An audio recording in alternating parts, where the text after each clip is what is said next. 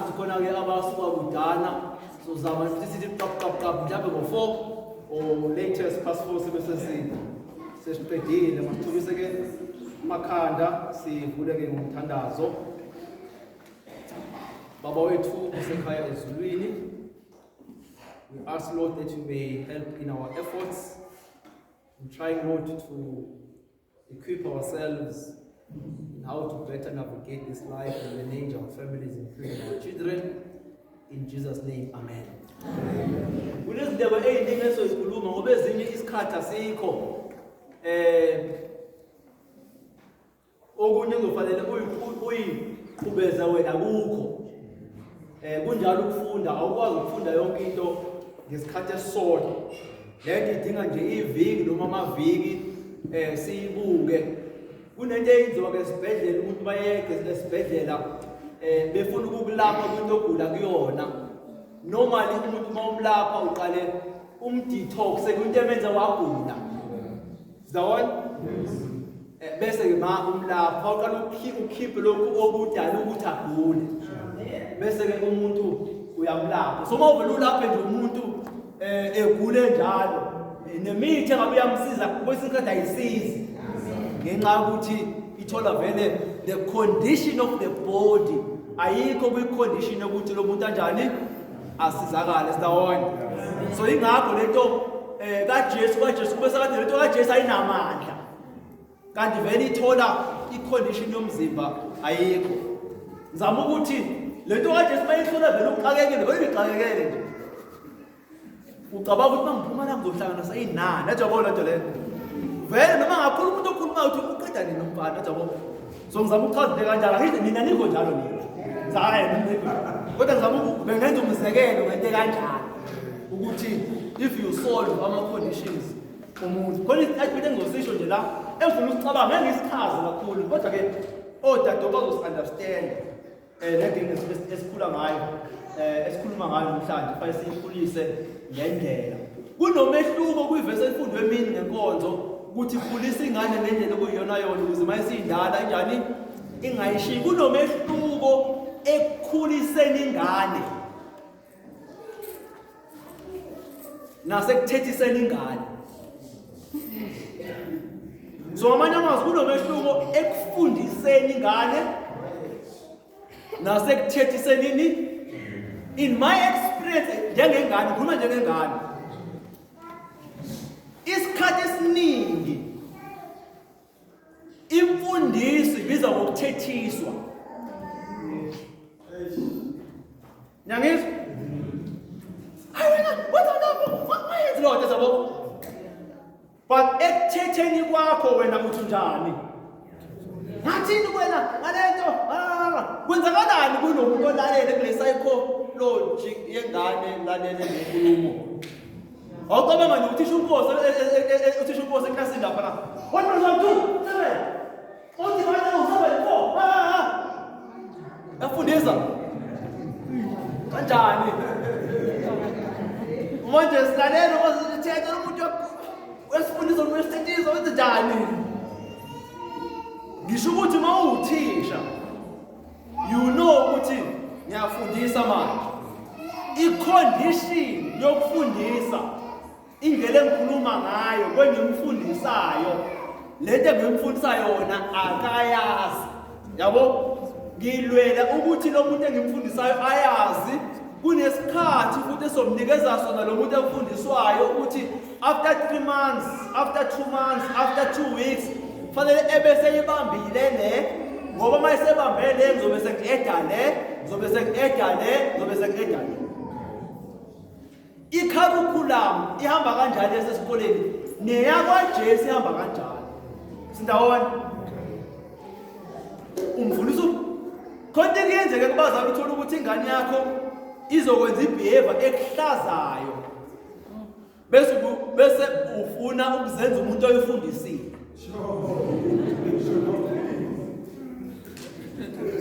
Angazi mina ngizwe yini. Uzenza kuthini umuntu oyifundisile? Umshana munye umuntu angisho. Utazomfundisa.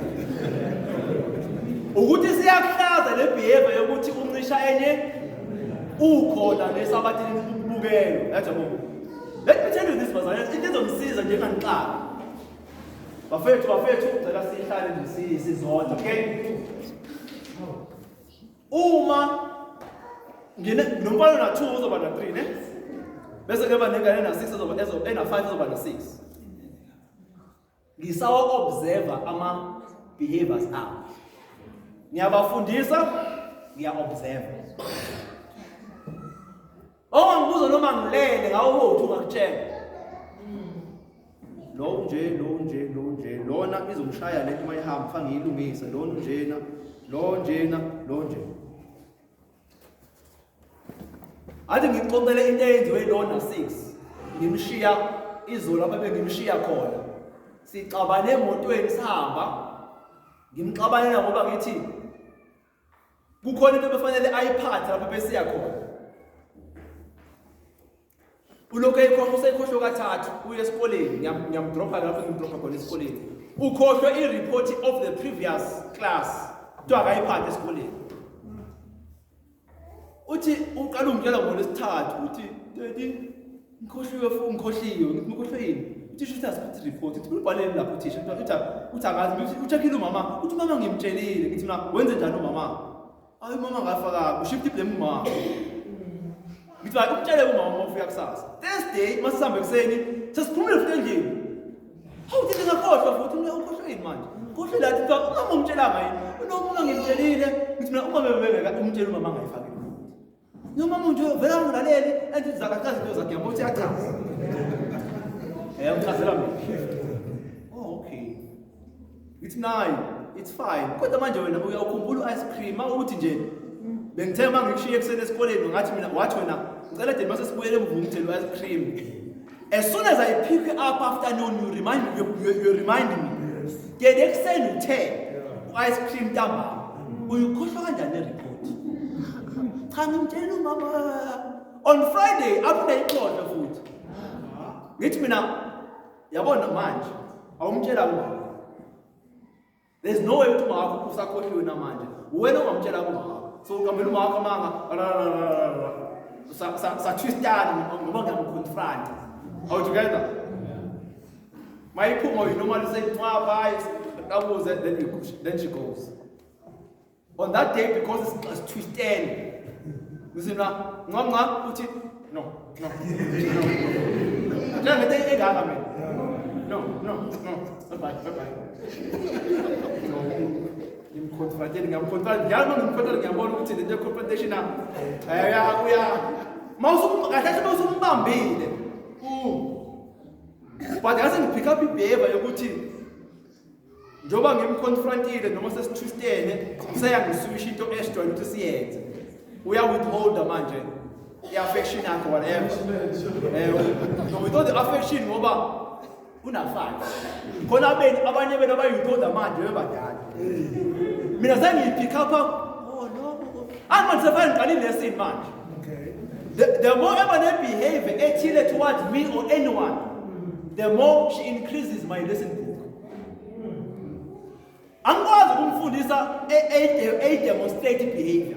Sangiyinote behavior.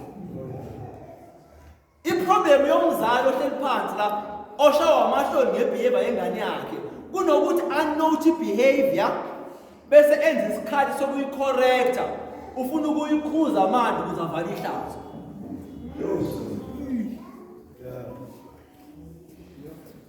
And examine the quality behavior yakho in public uvale ihlazo, you are shaming the child into trying to prove yourself right to us.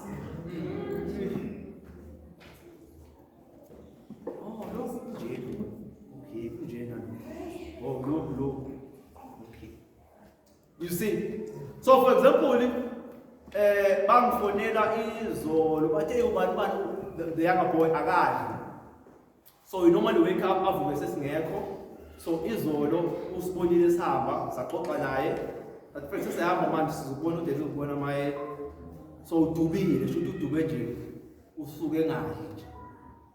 Athi yabo ibehavior lethile ukuthi awuphatheke kabi so akadli. Yabo wena uzofuna ukumfunda ngenkani ukudla ungayifundi le behavior ye-emotion uthi awakadli ngoba ehlala wena nokushaya wena ngabe uqala ukuthi ngiyaxolisa manje uhambile kodwa dlana ngoba manje uyadinga ukudla okay bese ayine nje kahle aze athaba all together ingane zinama emotions. You don't talk to ingane anyhow all together. You don't raise your voice to ingane. The same thing with ingane once yakhala awusayiniki lento eyifunayo. So those are psychological things that you must learn. Yeah, Adventist home has this. Let me show you child guidance. Once ingane yakhala, the script of sayiniki. Uyibese uyifundisa. La yaka mntana. Njalo uma ucela ukuyicela nje kahle, okay? Because once wakhala ngikusayithola. Yezwa lo nto le? Okay. Thula ke kodwa ngikusayithola, yezwa. Ingane zashesha ukubamba. Ziyiprocessa lo. Uzoyibamba uyicela. Once wakhala ngikusayithola, sixoxe. Cela ukuthi kuthi isikhathi ahluleke ukuyibamba kumele kusekwe hayi ngoba usukhulekile next time. Fawukwazi ukukhuluma nje uthi yena lento ngiphathe kabi kanjena noma sixoxe nje. These are human beings. Akubulu uJesu ethi ingane abantu abezekeni babethi nabo abantu hayi bafimbe bengezi because they thought ingane cannot understand. Babethi ingane ngeke ikwazi ukumprehend lento ekhuluma uJesu. uJesu uyazi they understand lezi. So ingane they understand. So umuntu uthi cela izinto engalali zingawashwanga, that is a teaching. Izitsha zingalali zingawashwanga. Izitsha azingalali zingawashwanga. Khona umuntu umngane wami wasepangeni wayethi ngibe ngakukhuza sengikhuza kwesithathu, okay? Sengiyakushaya ke manje. Njobe emshaya kwesithathu kodwa amtshela ngaze ngakhuza ngaze ngikushaya. Akamtshela namhlanje. Mfowethu mase fika ke ekukhuzeni kwami kwesithathu thatha ibhande ke sayashana, okay? So njalo bangikhuza nje boyiyeka into noma ungayenza uba ngiyithanda. Hayi sho. Akake wokuqala mfethu ngiyakukhuza yeke lo nto. Owesibili mfethu yeke. Bese ngokwesithathu besavumelana ngokwesithathu senza njani? Into enkini. Akoma emotion lana ayekho diniwe ayekho njani uvunyelwe nje kuyazi ukuthi ngisihamba kanjani.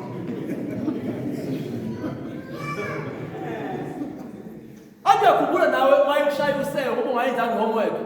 Uthi se nokuthi ungishaye 2 engceni, wena ungishaye 5 esandleni. Anje ikhumbula lo nto. Aniyazi lo nto. Oh, uyandikhoshiya ngoshawa. So uyamfundisa ukuthi ngishaya mase kunje ukuze na athi Daddy no hayi ngikholele bana ngoze. Bheka le. Yeah. So angihleli kuleyo ndima kodwa ngizentweni etheni mama bane weakness yalento yokuthetha. Ngitheni weakness angisho ukuthi wena you weakness nje ngithi thakathaka. Any challenge ufuna uyi-address before sikhulume ngale nto esikhuluma ngayo.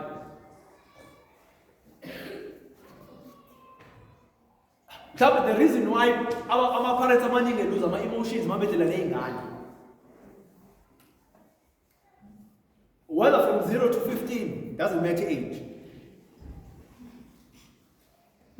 It goes back to the ngikhuluma ngayo ekuseni.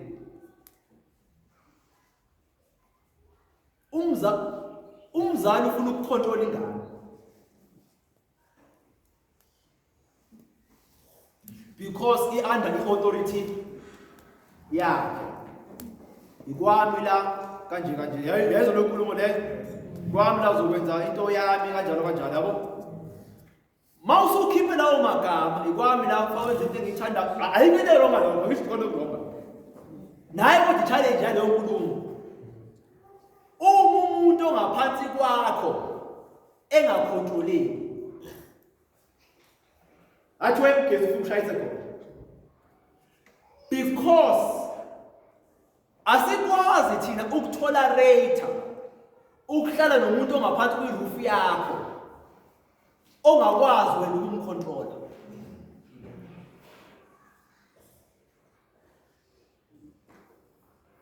Because we equate authority to control. Ngizwe ngithe Yini into eshaya abantu besilisa phela? Where you equate authority to control. Into eshaya into ufuna ukulawula. Funa kwenzeke amandla nokulawula. Ngisho ukuthi mawuthela kungenakho cela ungabuyi ngo6. Akukho wrong lapho ne? I-problem iqala uma esibuya after. What do you do as a parent? Your emotions, imizwa yakhe iqala ukugravazela lapho. Then you lose yourself. You lose your cool, uyamshaya ukwenzani, but you lose yourself ngoba are we accepting into ethi i-authority nayo ukumfundisa. Are we together? Give instruct. Are we together? And guide. But I can't control. Angikwazi ukumenzisa ngenkani. That's when ilapho ngena khona ukuthi kwami ngoba amani phela usumkhumbuza i-authority phela ikwami manje ubona sengathi usekhohliwe ngoba usenza nendlela. Now into fanele oyifunde njengomzali ukuthi uhlala kanjani nomuntu ongakwazi ukumcontrol.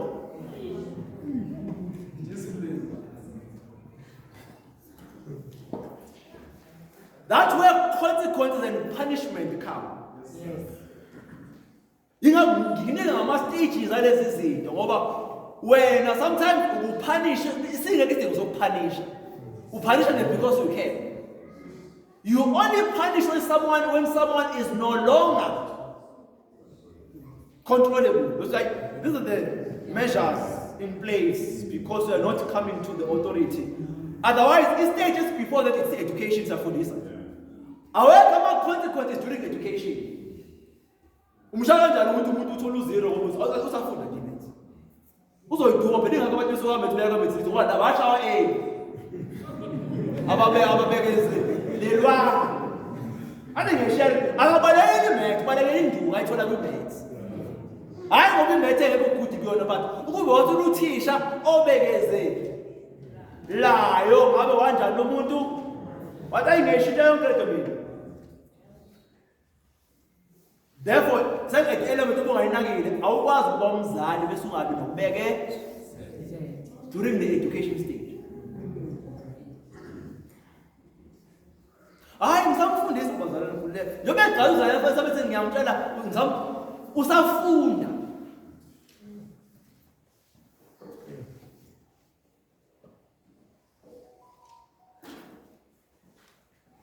So in other words, kufanele ukwazi ukudila nebehavior yengane out of order engenzi kahle kodwa uyi-understand ukuthi isakwi-education stage. Ngamanye usasesigabeni sokufundiswa. Usasesigabeni lapho khona asefunde khona useyihlongandlebe. Nenzalo nto leyo. Ayifani indlela udila nalabo bantu. Indlela uJesu adila nabafarisi ngayo ayifani nendlela adila nabafundi ngayo. Asinaso isikhathi. We could break it down. So ukwazi ukuklasifya wonke umuntu in one category. Lezi ngane zinje. Fawumazi umana sento lokho uhlulwa ukuthi na une emotion akakwazi ukuthula ama emotions akhe no nyaka. For example lo mdala akwazi ukuthula ama emotions akhe lo mncane akakwazi. Lona 2. Lona 5 yakwazi ukuthi noma elimele ukuthi uzonje mara kakhulu issue iselifakhali angakhali umuntu aqinisela. Uzibona lo uyakwazi ukuregulate ama emotions ukhule nami isikhathi esiningi so like don't try I'm wrong now to faka khali kodwa phela sengisho ukuthi ngiyam understand ngoba social Zuma fast then yashesha. So that part was dealing with fundisa ingane ngendlela okuzoba yona. So first zamunciphisa ukuthetha understand ukuthi usadila nomuntu osamfundisa uzofika isigaba la khona nakhona songathethi if asimphanishe whether ngenduku noma ngani, but there are state. In other words, siyahluka nonkosikazi wami mina ngithi from 0 to 5 umshaye, from 5 years, yeah. Sesiya angani from 0 to 2 asibaxoxela lo. Kodwa ngenduku. Yeke letho ungayithethi. Yabo uzobona ukuthi wenzani kuyena mayenza leyo nto ukuthi leti wrong. Yazi ngisho. But once ufika ku comprehension stage lapho se-understand ukuthi first thought lento ungayithinti. So angisakwazi ukushaka ngamanye amazwi angikwazi ukushaka ngabe ngikhuluma nawe.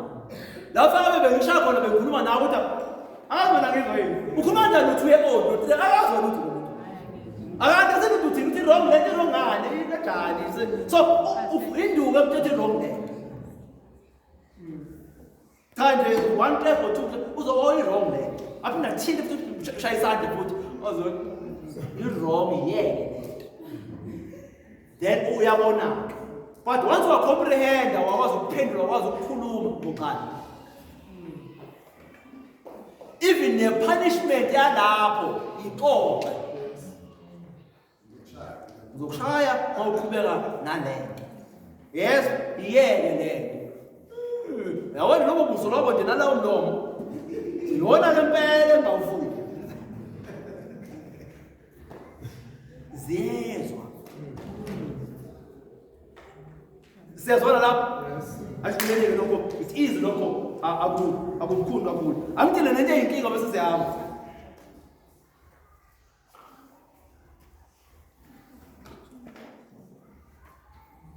Amakhaya amaningi mhlawumbe lokho uzongena ke naku home and family kuphinde kuthinte indaba yobuzali.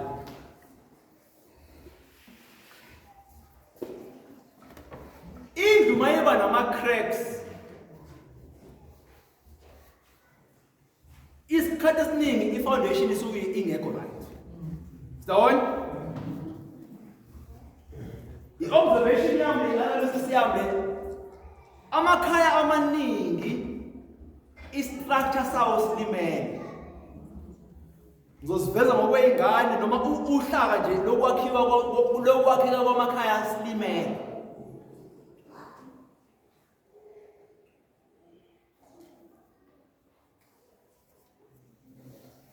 Kunetinkolo engayi-appreciate-anga kuyinto efundiswa yisintu. Sawona?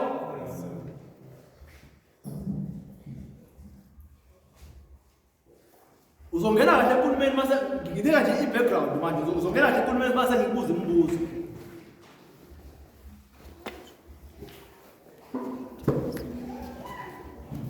Ukwakhela kwekhaya akekho umuntu obelindeleke ukuyiphilela yena. From ubaba nomama neyingane nangizwa yini. Ukwakhela kwalo bekuncike ekutheni akekho oyiphilela yena. Sawona? Ngoba sikhuluma ngengane bese siye kuSolomon ukuze sihlale ingane bese siyanyuka. Asambe kwiikronike zesibili. Iikronike zesibili sifunda uverse chapter 6 wakhona. Isahluko sesithupha. Verse 6 and 7. Iikronike zesibili. Isahluko sesithupha. Sifunda uverse 6 no 7. Ozosifunda kakhulu ngesiZulu. Iikronike zesibili. Isahluko sesithupha uverse 6 no 7. Lesi story lesi siqala kwiikronike zokuqala isahluko 22 uverse 1 to 10. Ngeke simfundo ukunika isikhathi. Sesizofunda ukwenzeka kwalento eqalele emuva. Yona uverse 1 verse 7 to 7.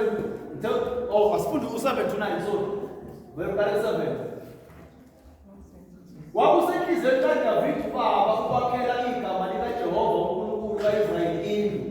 Ngakho uJehova wathi kuDavide ubaba, njengokuba kwakusenhlizweni yakho ukwakhela igama lami indlu, wenza kahle ukuba kwakusenhlizweni yakho, kepha wena awubiyakha indlu, kodwa indodana yakho eyakuphuma okhalweni lakho yiyona eyakwakhela igama lami indlu. Are we together? Akhululobani amagama lawo? Akhululobani? Akhuluma uSolomon, athi yindlela kaDavide. uDavide wafika khona isikhathi la khona athi no thina asikwazi ukuhlala kwizindlu zecheda ukulahlale ematendeni zawona. Wayesenhlizweni yakhe ngizokwakhela uNkulunkulu indlu. uNkulunkulu wasethumela umprofethi kuye wathi kuhle ukuthi wena ucabange kanjalo kodwa kuwena ozokwakhela mina indlu. Kuyakuba indodana yakho uSolomon uyakuphuma indloloyo. Uma kwenzeka-ke esefika kulesi sigaba uSolomon lapho khona enikezela khona indlu kaNkulunkulu wenza lo mthandazo. Uthi kwakusenhlizweni kaBaba, it was in my father's heart. Sindawona? It was in my father's heart. Kwakusenhlizweni kaBaba ukwenzela uNkulunkulu indlu. Sithole evesini lo. Ngamanye amazwi lento eyenziwa uSolomon la i-idea yakhe noma i-idea yomunye umuntu. Okuba lo muntu. So ngamanye amazwi yonke into ayenzayo uSolomon la has nothing to do with him. Now today we read of iThempeli laSolomon kuthiwa alikho iThempeli elake lafaniswa neThempeli labantu. In history bakhala bebuya eBhabhiloni kwakhiwa iThempeli eJerusalem bathi no yini eyenziwa la. Ngoba it does not come close to the temple that Solomon built. But today Solomon confesses ukuthi leli temple enqonwayo was not his idea. Mawufuna kahle isathi uqala phezulu verse 5. Kuthiwa uDavide esetshelwe lokho walungisa imaterial noma impahla yokwakha iThempeli. Wabiza izingcezu zakhe wathi lo mfana usamncane ngiyacela uma esekhulile nimlekelele ekwakheni iThempeli okwakuyisifiso sami ukuthi ngilakhe. So when Solomon is now dedicating the temple, he does exactly that. Uthi kwakusenhlizweni kaBaba ukuthi akhele uNkulunkulu iThempeli.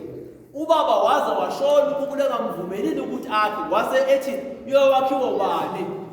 Mina lokho engikwenzayo ngigcwalisa isifiso nephupho labani. Hayi bathi anzabo. Kodwa phela uma ngavudula ababili akunankinga.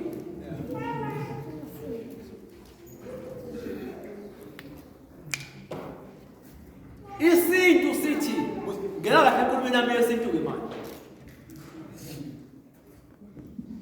Isintu sithi mina manganwa bese ngakhumuzi akuwona wami. Okabani? Okayise. Lo makoto akuyena wami. Okabani? Okayise. Lo makoto uzozalela ubani ingane. Mina kodwa inhloso yami ukuthi mina ngikhulisa isibongo sabani? Sayise.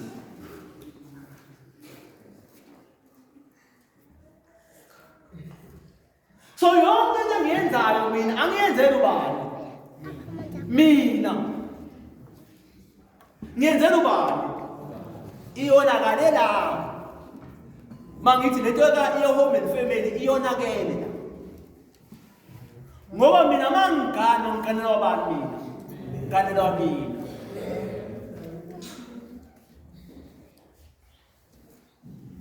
Hayi mina nomndeni wami. Are we together? Yingakho umngane mayenginika inkinga ngimcaba kuphi mina? Ngicaba kuphi? Hayi manini ukhona yana ukhona manje. Yana ukhona. So kufaka ukhona manje ngihamba kahle. Maye ngihluka umngane ngimcaba kuphi? Bubo.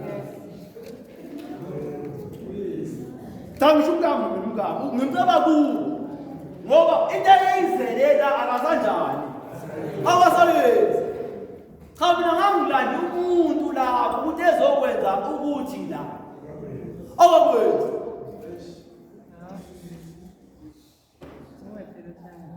Ungenaphi uthando lapho nolapho idaba lwenzayo uhambe nemuntu ingane. Unento lo ezoyenza kuphi? La ekhaya. Engahlangene nobani. Engahlangene nami. Lethu uzoyenza noma ngikhona noma njani. Yingakho noma ngayekhona ngiyosebenza bezoqhubeka kanjani yena la ekhaya.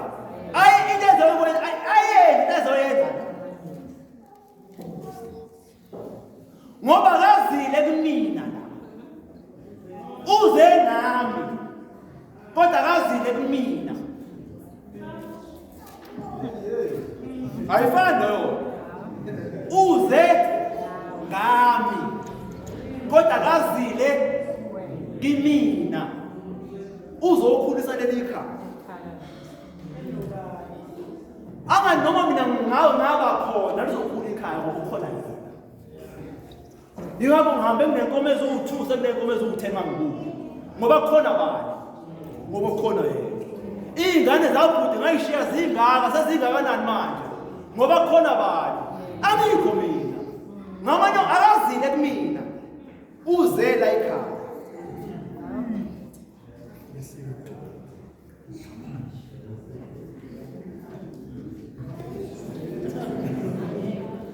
Yingakho umuntu aze kuyena la ekhaya noma aze ngaye la ekhaya mayisemnika inkinga umcabanga bani emkhulolo umuntu emlandile phela ngize ngaye la usengijikele esinto ngotshwala awukhulume naye baba ngoba phela mina vele ngizokhulisa indlu yakho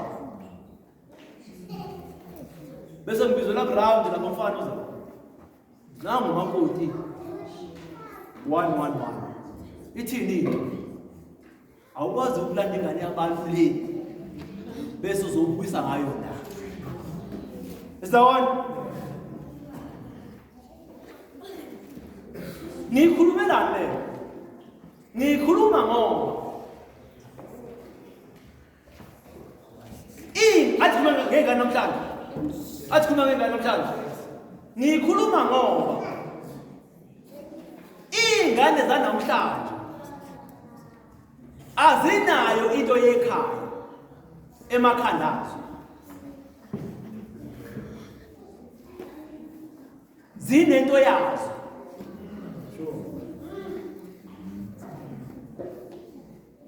Yingakho imoto yakhe eyakho akuyona imoto yasekhaya. Yingakho indlu yakho akuyona indlu yasekhaya. Yingakho wathi wahamba washiya izikhiye zemoto sokufaka abangani bami ngishaya idudla la ngoba eyakho leyo. Akuyona imoto yasekhaya.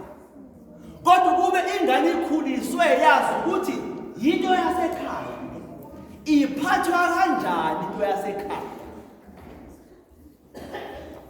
Zawona ngoba nomama ozela uzokwakha ikhaya izinto zasekhaya. That becomes the theme of the home.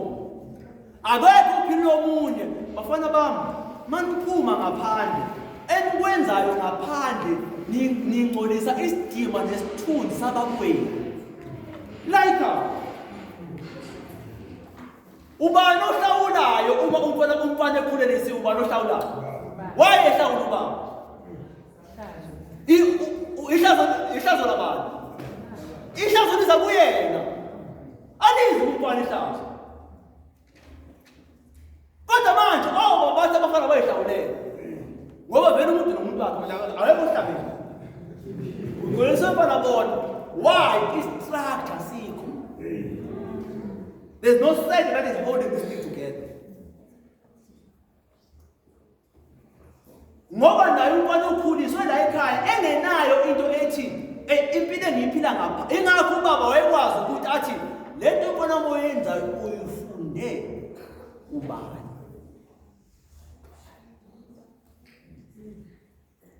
So what I'm saying is that boys and girls they don't have a sense of representing a home where they are.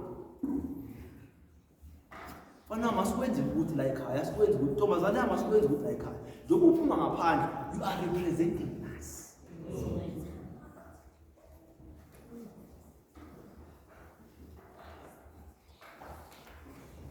But ukuze ingane zifike kahle kuleyo nto ekutheni la ekhaya thina sirepresent abazali bethu, umama olandwe kaMkhize weza kwaNgubane, washiya isibongo sakaMkhize weza kwaNgubane, kade ephila ngaphandle lapha erepresent isibongo sakuphi khona kaMkhize ndawonye.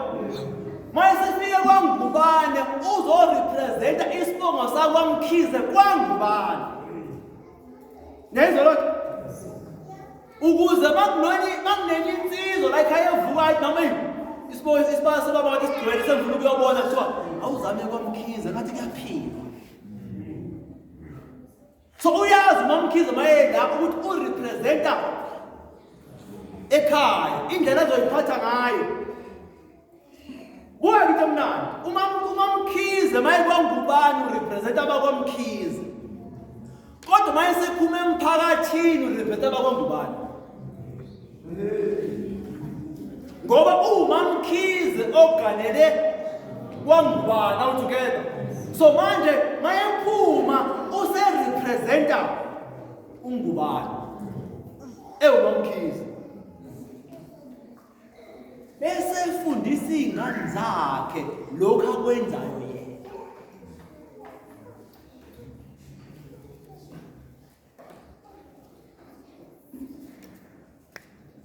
Ukuthi njengoba ngirepresenta kama ngiphumile ubabwenu, nani futhi maniphumile representani thina nobabwenu. Ukuze abantu emphakathini babebuka intombazane yethu bethe uMamkhize kuthini. Babebona uThulani bathe uVilani uNgubane bala kaNgubane kuthini. Now what I'm saying ngokwe-structure lento esho Solomon ethi lokho engikwenzayo mina ngikwenza ngoba kufunwa yimina kodwa ngikwenza ngoba kwakusenhlizweni kaBaba. In other words, i-behavior yezingane is supposed to be linked to what is in their father's heart. Ngamanye amazwi indlela ingane eyenza ngayo fanele yenze ngokusenhlizweni kaBaba kwayo. Yingakho kwakuba umama otshela ingane ubaba wenu akayifunde.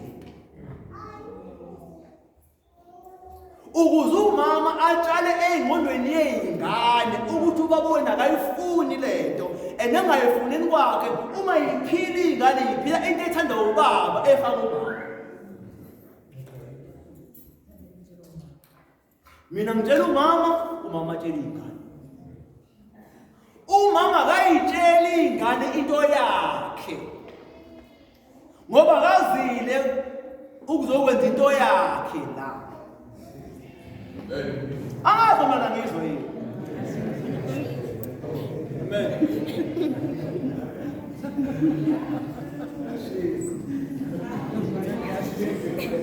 Angani ngithemba ngqala lethi sikhona istructure esilimele. Taba ngusho lethi ekhaya there must be a lawgiver. Umuntu onika umthetho. Mina angithathi muntu, mina ngibonga nje ngini. Ubaba unika umthetho uma uyawufundisa umthetho kaBaba. Baba akathanda ukuthi baba akathanda ukuthi baba akathanda ukuthi baba akathanda ukuthi. Ungaze ukuthi mhlawumbe ngikhuluma ngama-families. Uma usisi athola ingane engashadile, ingane iphila ngomthetho kaMalume ekhaya. Ngikhuluma nabantu abezwayo lapho noma ngikhuluma into engekho nje. Isintu leso esilahlekile enkolweni kodwa esiyinkolo. Ngoba there must always be a lawgiver. Noma kuthiwa umndeni uhlapheke kanjani utshele kanjani but ukhona ukuthi akhiphe umthetho. Enami ngisho ngishoyo la ukuthi inkinga yamakhaya amaningi namhlanje akekho umuntu okhipha umthetho. No, umthetho kaNombani. Nalo usho wakhe, akekho umuntu olalelwayo. Okuthiwa asizwe ukuthi anginazi emndenini mina. Emndenini yethu kuyenzeka ukuthola ukuthi kunabantu besilisa afaka bebona abakhipha umthetho kodwa uthola abanamali. Uyena afaka ukhipha umthetho kodwa akanamali. Kuma ngomalume kanjena ngoba bomncane into kanjalo nje. Angikhuluma ngomndeni engiyongobuzele ngokuthi kwenzakalani la. Uthola ukuthi fanele kuhlele nomngcwabo. Lento ngikhuluma ngoba ngijwayele ukuyibona emndenini wami afaka kuhlele nomngcwabo. Sengihleli la mina ngibuka lento le. Kwesinye isikhathi uthi nje ngisekweni. Ngiyabuka lapho. Nangu umdala, nangu. Vele mina ngumkhonyana, ayikho into engizo. Mina fanele ngithetha ibaba lakho bese ngibaba. Kodwa ngibuka nje into eyenzeka la. Wayikhuluma lo. Wayilona efaka. Kwenzakalani na? Yabona into le disorder mina ngiyingeni. Ngiyalalela nje ngiyishiya kanjani. Kodwa ngikhuluma kodwa ngalo. Ethi mina into ayikholezi le.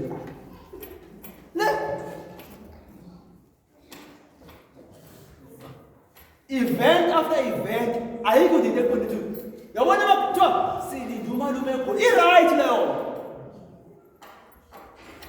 Silinde umalume egoli sizozwa ngayo.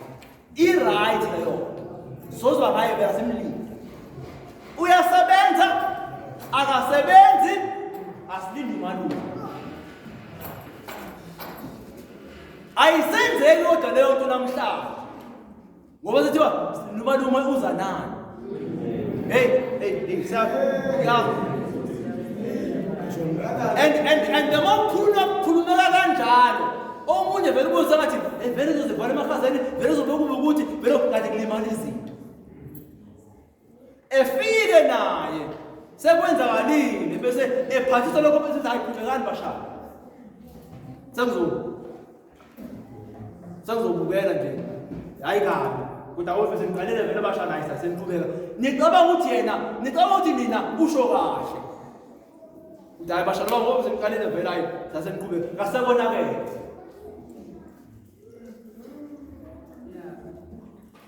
Sobonakele.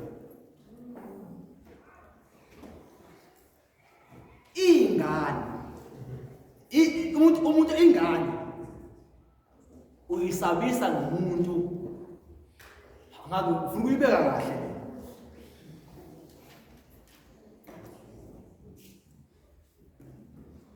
Kuthi lento mawukwazi ukuphuma inkulumo esesenzo uzokwazi ukuphuma kahle. Mhlawumbe ngiyibuze kanje ukuze uyi-understand kahle, uyi-appreciate. Iy'ngane zabantu.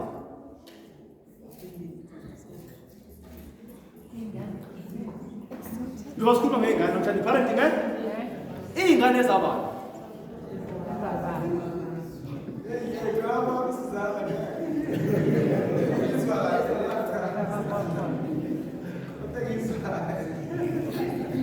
Nami ngiyezwa nje ukuze ukhuluma ngizwa la ifika phambili.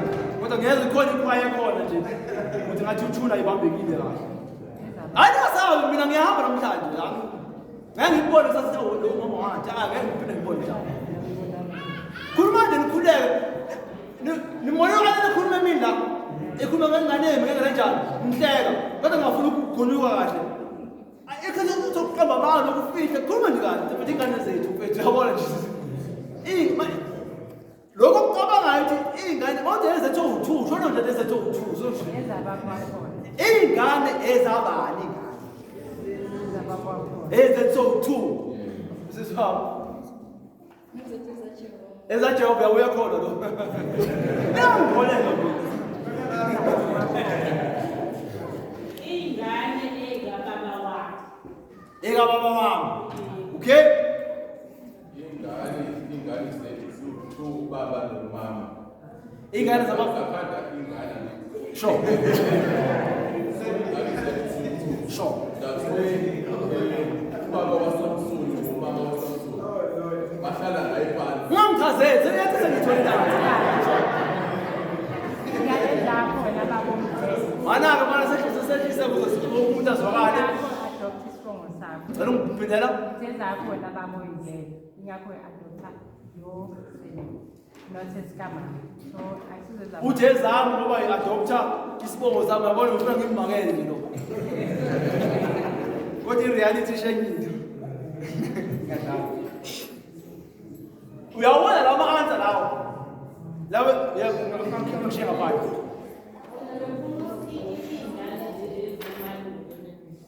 Ezomalume. Whether kushade noma kushade wami. Ekhaya. Sho. Angani asamze nomzekelo loya. Masithole ekhaya ezobani? Mawuzele emshadweni?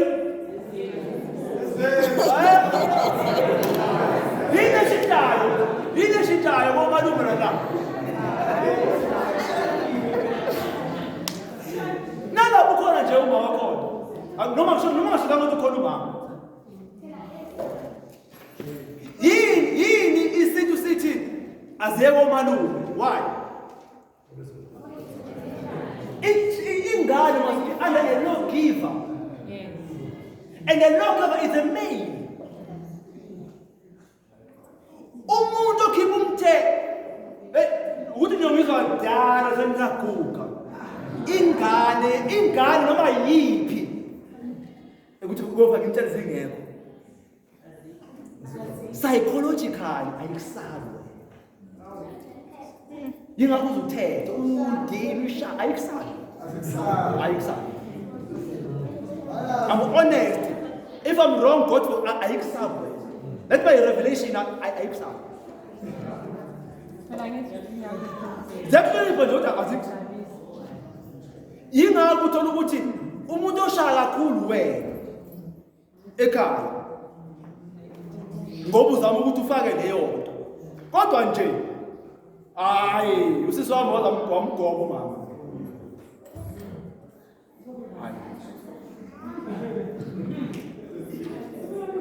Yingakho ngithene ekseni ukuthi le formula nimi ayimasterishwa angikhulumi nangani ngikhuluma ngento kaNkulunkulu ayimasterishwa ningakhona ngikhuluma ngumuntu wesilisa umuntu wesilisa konke ayirepresentayo uNkulunkulu ayifihlekela ngamabomu and yakwenza lutho ngalokho yingakho noma kuthiwa uyisidaka umalume uyifihla kuyena onke ekhaya umshana wakhe umceba kumalume wakhe wena usiza wenza ukuthi afone umalume noma engekho athi ngiyehla ke weekend ngifike ekhaya kokokade ukuthi ngeke uhlushu angani udadewethu. You see, when you give a lawgiver their authority, they exercise it. And they will help you in many calamities. Hey, can they we are told, ngoba ingane nami ngikwazi ukuyikhafa ngisho. But ikhona into einganeni kodwa futhi einganeni nomuntu wesilisa. Ningakhuluma into efanayo no-2. Kodwa akurecord into efanayo.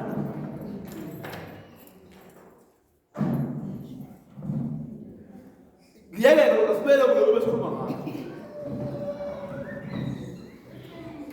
Emshadweni.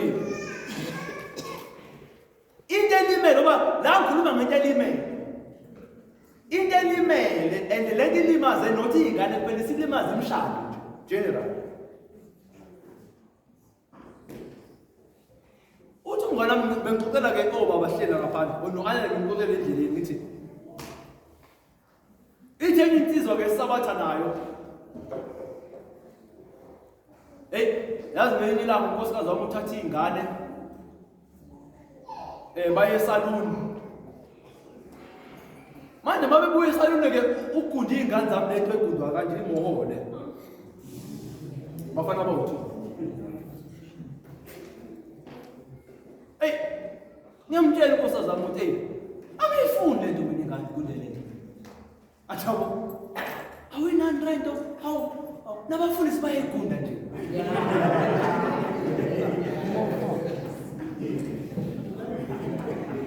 Mthi awungitshela ukuthi namthini nami bese kushiwo njalo kini. Ngiphendule kuthini? Makuthiwa abafundisi bayegunda. Ngena abafundisi. Angena umfundisi empini. Anamuvilana. And angifuni mina abafana bami nabakundelele. Phela abafana bami sengisho ukuthi akasho njalo. Kodwa sengithi engqondweni yakho nawe uthi but nanga abantu nje. Uyabona isho? Ngisho ukuthi mina mama bahleli la. Mama badala. Ishi lapho. Mawubona abantu lokwehlukanisa nje amanye issues zilokho ukuthi umuntu uthi into zakhe. Imoto yami. Uganile odalana. Unento zakho uganile. Bayazi.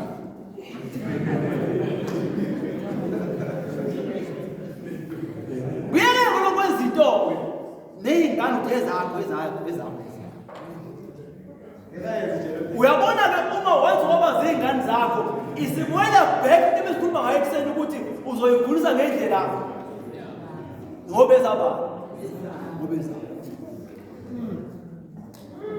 kanti kube engqondweni yakho ukuthi lezi ngane akuzona ezami lezi ngane ezavilana. Therefore the next step from that is to ask uvilana, how would you have me raise your kids? Ufisa ngikukhulisela kanjani angani lawo uzokwandisa umuzi ajabo and ngiphatha ukwandisa umuzi ukuthi uzayela uvilane ingane together mina ngikhuluma ngovilane ufisa ingane kanjani nini efanele ngithathe le ntombazane futhi ngiyoyinikezela ulubanzi angandimi ikhuliswa ubani ntombazane ngoba sengiyinikela lapha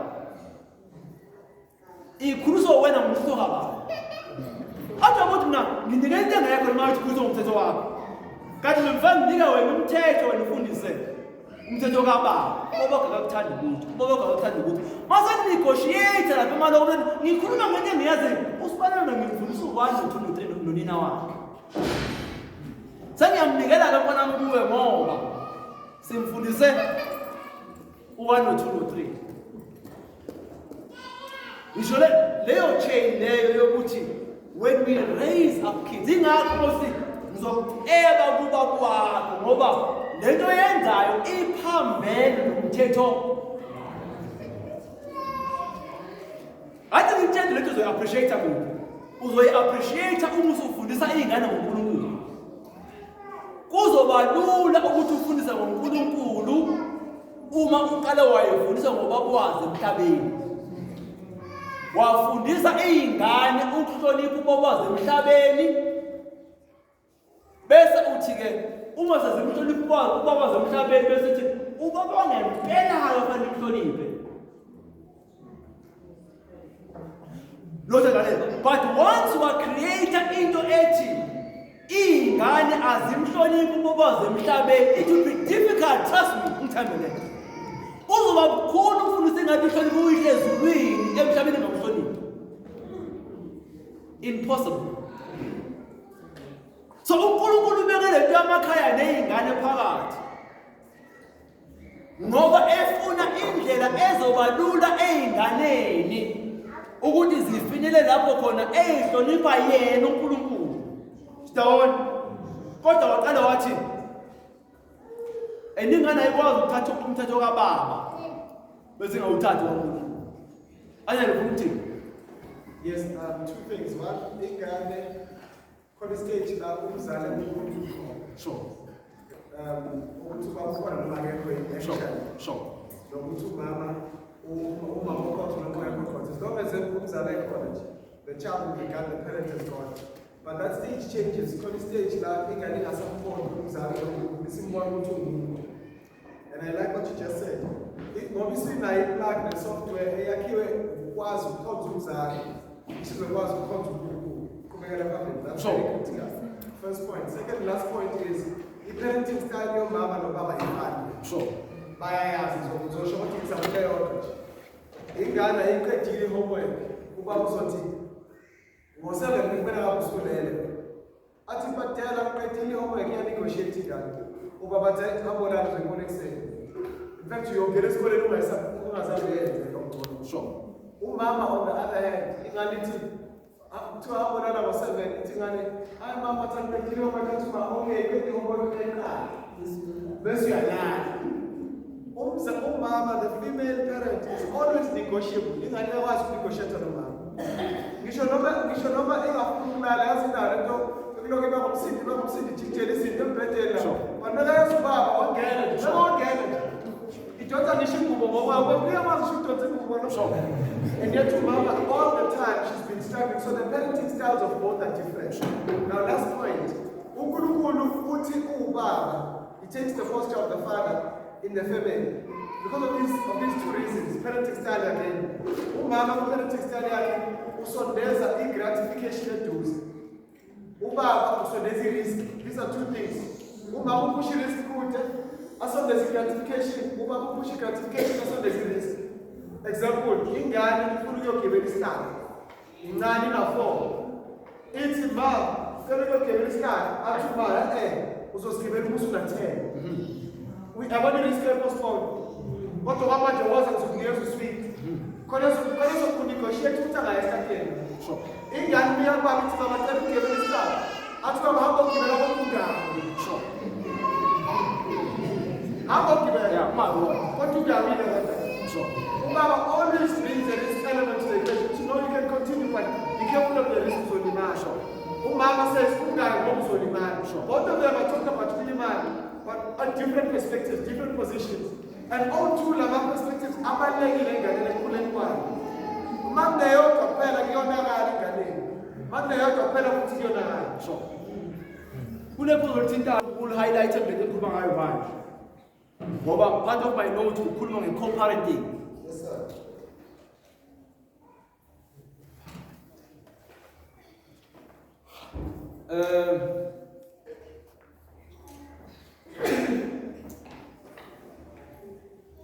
Dedi ngicela ice cream. No, akwazi ukubamba ukudla ice cream wayenzile homework. Sure. The homework was with ice cream. No, but umama uthena I can have it. Yabo. Oh, mhlawumbe siya kumama uthi can I have ice cream? Then mom said you know you can have it. Or you know, So the ice cream, no, and homework before it was ice cream. But you don't ice cream munch. I had mama, no, they didn't make ice cream, very good homework. Very good homework, our ice cream, it's the female side, you are feeling connection, how telling how you can do. So call me now. Uguchi. Now play co-parenting. Unfortunately, mama must always support what daddy said. Always. Best oh, did now too harsh. Ice cream, but not in front of. Not in front of finger. No matter what, it's something as light as ice cream. And kunezinto obaba abayishoyo noma umalume abayishoyo noma umkhulu abayishoyo athi mayilalela umuntu wesifazane athi this is unfair. Daddy is being too much. I will say strict kakhulu. Yabo bese because une issue nalezo ngenzeka futhi ukuthi kuleyo reasoning yakho nawe right. Uthi maybe I am being strict kakhulu. But you don't undo it bese wenza ingane yenze lokho kwakho okushoyo bese ingakwenzi ukadidi. Ukwenzi lokho. leyo nto idistorta lento yomthetho ekhaya. Yingakho every time ingane mayicela kuwena mama, whether inikiphi setup, ambocela bakwakho.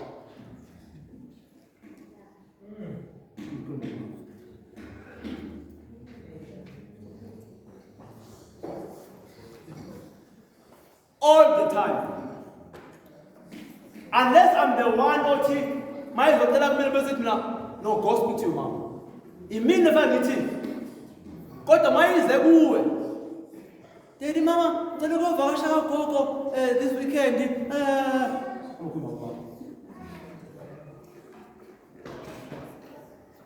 Not when I'm going to send the to I say, I go Ganjani. No, but I did no mind bashing to them about Shaka.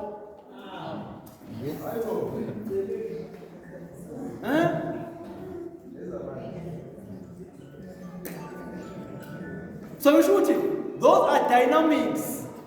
And in Sunday because in Ghana first the clear ubani oshaya umthetho la ekhaya and umthetho wabani bese njani siwulandele. Once ngoba neloophole zizothi ingane hayi mina ngikhulume nomama. Hayi mina ngikhulume nobaba. Ngoba sometimes kuba ubaba soft kuba mama strict. Ziyakwazi ukufundana izingane. Zithi okay nangu umuntu ongathi usoft ayingathi bathi athize ngala. So no one must be soft, but there must be a clear one lawgiver. Which the lawgiver is the father. So that ingane kunga creating any distortion in between.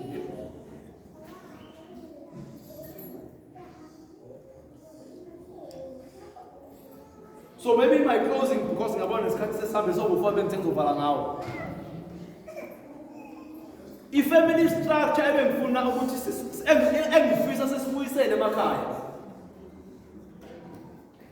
I-family structure ethi ingane they belong to abantu besilisa. Lokho ngikuqualifyisa ngokuthi ngithi ingane zaNkulunkulu. Ndawona? So masithi ingane zabani ezaNkulunkulu ubani irepresentation kaNkulunkulu emhlabeni ekhaya ubani ingakho ngisho kanjalo angisuse nje emoyeni ukuthi ngoba ngowesilisa ngisho kanjalo ngithi ingane ezaNkulunkulu but emshadweni noma kubantu ababili noma sele komshadweni ukuthi kubantu ababili ngoba iBhayibheli lithi once walala naye ngoba nengane umakoti wakho lo yeke sikwenza thina lithi nje iBhayibheli walala naye umakoti wakho. So you must give that person all the right to instruct and counsel ingane yakho. Asithi wena mama uhlala nengane senahlukana nobabwayo. Ikhula nawe ngezathu ezithile zempilo. Ndawona? Kumele ube nesikhathi ozosakha noyise wengane. Sidawona? Lapho nozobuza khona ukuthi yebo ikhula komalume kodwa mhlawumbe uyilobolile whatever into ayenzile ukuthi uyafisa ukuba ingxenye yengane awu together. Baba noma baba kaSibanibani ngiyazi awukhuli nayo uSibanibani mina ngikhula naye mhlawumbe sesahlukana thina whatever. Ufisa ukuthi ngiyifundi kube naziphi into engiyifundisa ingane. Represent or the values whatever. You see that will do something kwindoda la ekhaya. Le ngazondi ingane zakhe. Because what is the one who we acknowledge lento ethi lengane akuyona yakhe. And now ngikhuluma nami ngobani khuluma ngomuntu okhulelwe waba nengane waseyakholwa. Umuntu okhulayo nengane ozo appreciate lento engishoyo ukuthi yebo ngibe nengane outside of marriage but I acknowledge ukuthi kodwa kuyona yakho. Yebo ngoba njengoba isekhaya eyomalume kodwa inayo ubabwayo, and from time to time fanele sibe nendlela yokuthola ukuthi ubabwayo yini ayifisayo ngale ngane. Are we together? And lokho sebeyakwazi ukukhuluma nomalume, kunesimo la khona engahlawulile khona izulu senu ke ngizosenza ngisenza ngayo angenabo mina kune usisi wami omdala unezingane eziwu2 engahlawuliwe zibiza ugwala kubo. Ngoba ngingeni nokuthi ukuthi ingane ayihlawuliwe therefore fayibiza isibongo sa angeni lapho. Kokwazi uma wami lezi ngane zakagwala lezi.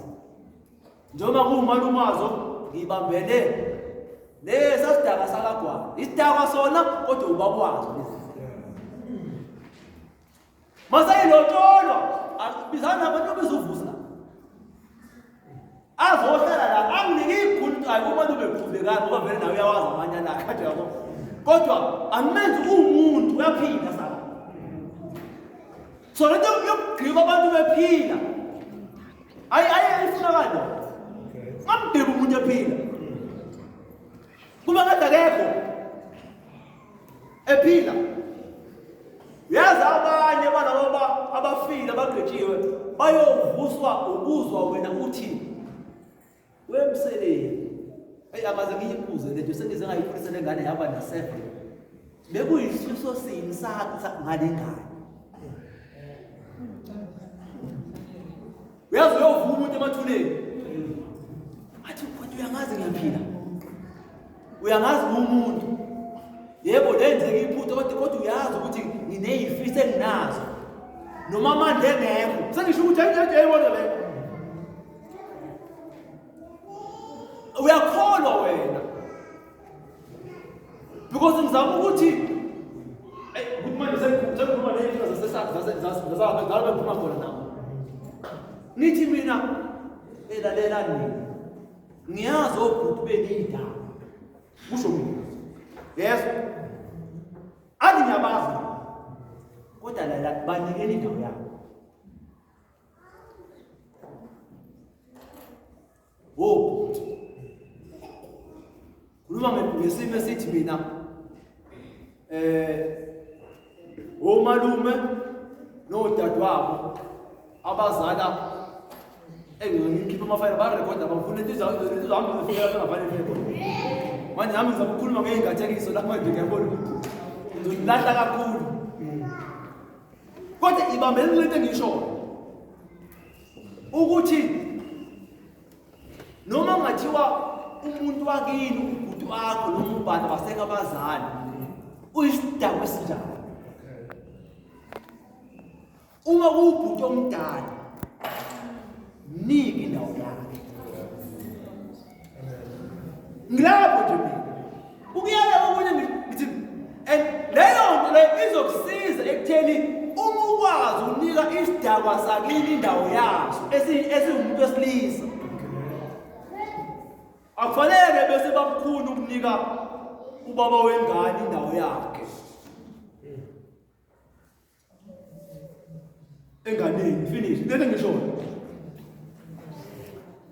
How much more ke ukunika uyiseke manje wengane ohleli naye ekhaya indawo yakhe. Yabona mangisakhuluma ukuthi awunika isidakwa sakini esakini umalume indawo yaso bese ngehlela empini owakunika ingane wakushiya kodwa awuzama ukunika indawo yakhe. How much more wena ogane mina ukunginika indawo yami ekulawuleni lelikhaya nalezi ngane. Bese sizana ekukhuliseni lezi ngane. Simahlele ekamereni sithi we baba kaLubanzi kodwa uyambona noLubanzi kodwa ngididayo ngaye. Uyabona ikhoba ukusebenzisana kwamama nobaba yila khona umama ezonginikeza ireport ngezingane. Ezongitshela izinto ezimxakayo ngalezi ngane. Ayi uLubanzi nje usabe nje angazi ukwenza njani lezi ngane. Bese ngithi mina hayi ngoba bafana ngizokhuluma naye. Bakuyintombazane ngikubuza ukuthi usukhulumile lona na? Usithi bengakakhulumi naye. Besangiqala nje sesibuke sasibuka ukuthi ngizosenza kanjani. Bese ngiyacebisa mina njengomyeni wakho ukuthi hayi impilo nami ngiyibona le nto ukhuluma ngayo umsakazi.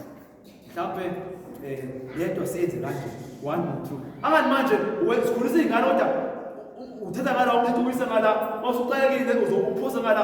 Let's pop up. Sikhulisa lezi izingane ngaleyo ndlela.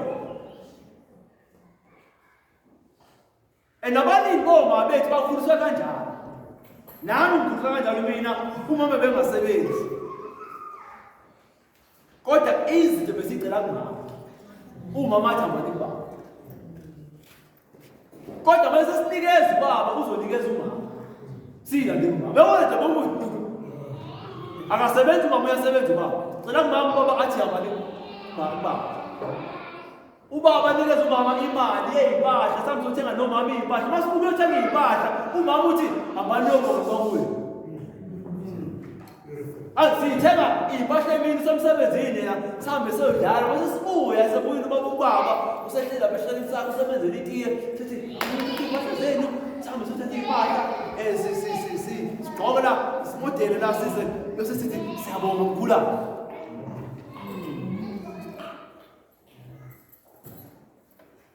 Ubaba unikeza umama imali samzothenga ubaba udamanoko babuye. Yanikezelwana.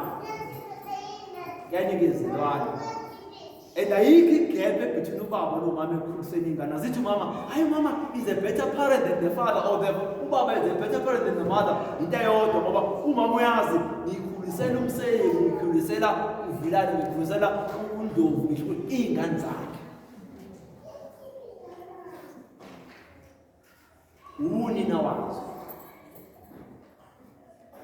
If that structure can be ordered emakhaya, kunento ezoqala yenzeke ebantwaneni. If ubaba engekho ukhona umalume, if umalume engekho ukhona umkhulu, but that order must be able. And umuntu omkhulu ohlela endlini owazi ukuthi uhlala nabazukulu ekhaya and uhlala nabazukulu ubaba wabo ongekho, you must assume responsibility kababa kuleyo ngane.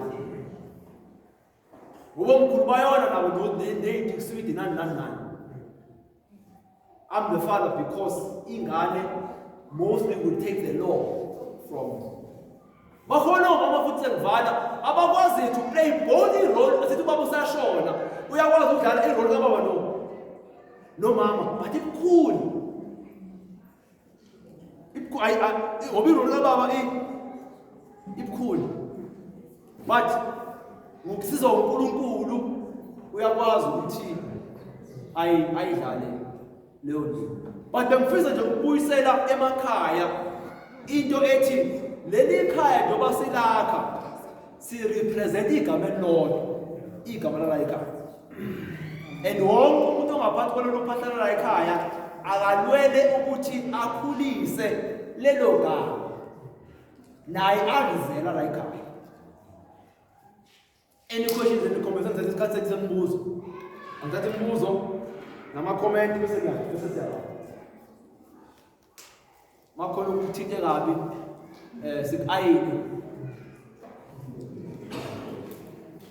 Noma lapho ongazwanga khona kahle.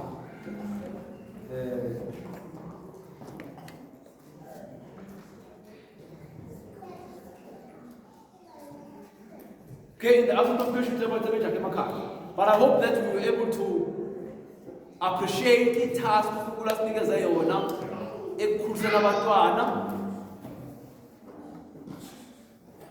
Nanokuthi uNkulunkulu ebese simcele ukuthi asilekelele ukuthi sikwazi ukukhulisa abantwana ngendlela. Sizothobisa kamakhanda uma sivala ngomthanda. Baba wethu osekhaya ezulwini, isewe Nkosi yethu uJesu siyabonga umsindisi olungileyo namanje intambama nje indlela Nkosi isandla sakho. Sibonga Nkosi ukubuka i-family structure Nkosi uyicreatile wena ukuthi sikwazi ukukhulisa amakhaya abantwana bazokwazi ukuthi bephuma kuwona bebe nenhlonipho futhi berepresent Nkosi wena emhlabeni. Maningi Nkosi amaphutha esiwenzile lezi izinto Nkosi sangayinaka Siyacela Msindisi olungileyo usilekelele and ube suba nathi ekulungiseni lawo maphutha ngegama likaJesu Kristu. Amen.